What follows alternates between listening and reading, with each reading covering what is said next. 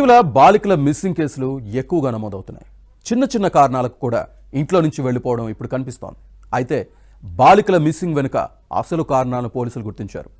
ఇదే విషయంపై తల్లిదండ్రులకు వార్నింగ్ కూడా ఇస్తున్నారు పోలీసులు.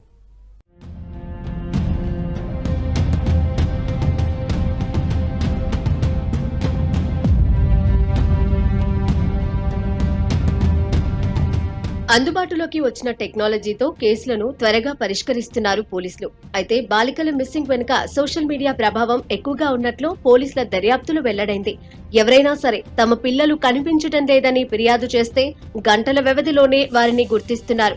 అయితే మైనర్ మిస్సింగ్ వెనుక అపరిచిత వ్యక్తులు చెప్పే మాయమాటలు ఉన్నాయనే విషయాన్ని పోలీసులు గుర్తించారు. మోసగాళ్ల వలలో అమాయక బాలికలు తరచూ మోసపోతున్నట్లు పోలీసులు గుర్తించారు.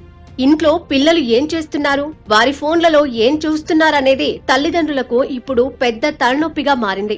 ప్రతి ఒక్కరి చేతుల్లో మొబైల్ ఫోన్, ఇంటర్నెట్ అందుబాటులోకి రావడంతో దీనిపై నియంత్రణ లేకుండా పోయిందనే ఆరోపణలు వెల్లువెత్తుతున్నాయి. అసలు పిల్లలు మొబైళ్లలో ఏం చూస్తున్నారనే విషయంపై తల్లిదండ్రులు తప్పనిసరిగా దృష్టి పెట్టాలని పోలీసులు సూచిస్తున్నారు.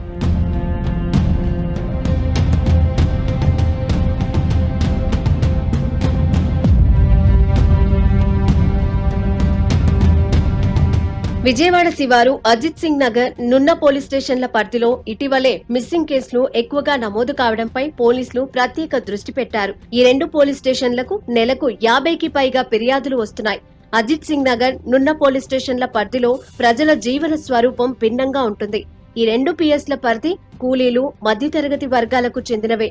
ప్రతి కుటుంబం నుంచి తల్లిదండ్రులు నిత్యం ఏదో ఒక పనికి వెళ్తూ ఉంటారు. కొంతమంది తమ పిల్లలకు స్మార్ట్ ఫోన్లు ఇచ్చి ఇళ్ల వద్దే వదిలి వెళ్తూ ఉంటారు.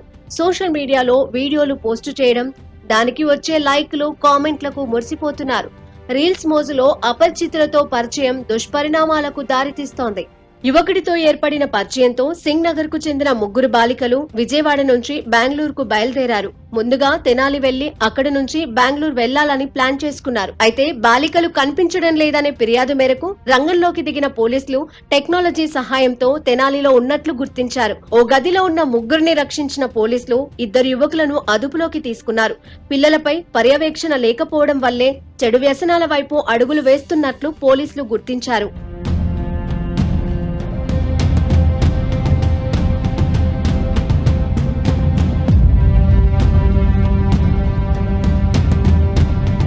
సోషల్ మీడియా వల్ల ముఖ్యంగా అమ్మాయిలు మోసపోతున్నట్లు పోలీసులు గుర్తించారు. పిల్లలకు ఫోన్ ఇవ్వడం సరికాదంటున్నారు పోలీసులు.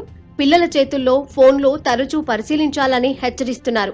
సోషల్ మీడియా మోజులో జీవితాలను నాశనం చేసుకుంటున్నారని, ఫోన్ల వాడకం పైన, సోషల్ మీడియా పైన నియంత్రణ పెట్టాలని నిపుణులు సూచిస్తున్నారు.